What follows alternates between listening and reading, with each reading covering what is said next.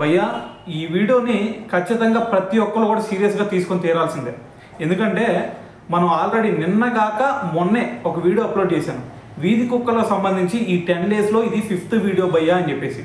మరి ఇప్పుడు వచ్చేసరికి ఇది 6th వీడియో.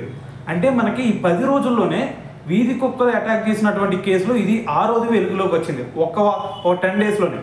అయితే మరి ఈ ఇన్సిడెంట్ ఎక్కడ వచ్చిందో తెలుసా? మనకి పార్వతీపురంలో వచ్చింది. పార్వతీపురంలో ఒక చిన్న బాలుడు, అతని వయసు ఎంత అనుకున్నారు?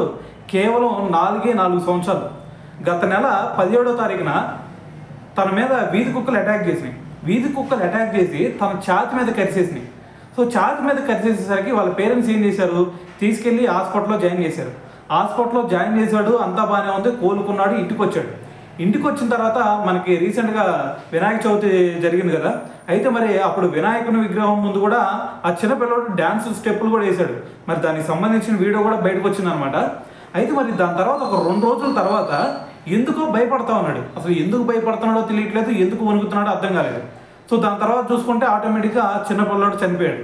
అంటే ఇటువంటి సిచ్యువేషన్స్ మనకి గత 10 రోజుల్లో చూసుకుంటే 6 చోట్ల ఈ వీధి కుక్కల అటాక్ జరిగింది.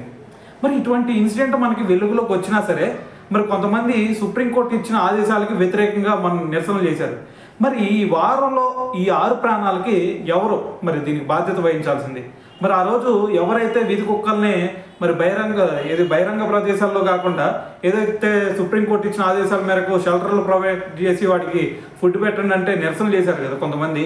మరి వాళ్ళు ఈ మరణాలకి మరి బాధ్యత వహిస్తారా అంటే? సో మరి వాళ్ళు ఇప్పుడే యాడికి వెళ్తున్నారు? అప్పుడు కొంతమంది హీరోయిన్లు కూడా అరే ఈ వీధి కుక్కల్ని ఎక్కడికో తీసుకెళ్తారని చెప్పేసి ఏడ్చారు కదా. మరి ఇప్పుడు ఈ ప్రాణాలకి అంటే ఒక కుటుంబం నుంచి 6 కుటుంబాలు, ఇప్పుడు 6 24 మంది, మరి వీళ్ళందరికీ కన్నీళ్ళకి మరి బాధ్యత ఎవరో వహిస్తారు? మరి చనిపోయిన 6 చిన్నపిల్లలకి మరి ఎవరు బాధ్యత వహించాలి ఇప్పుడు?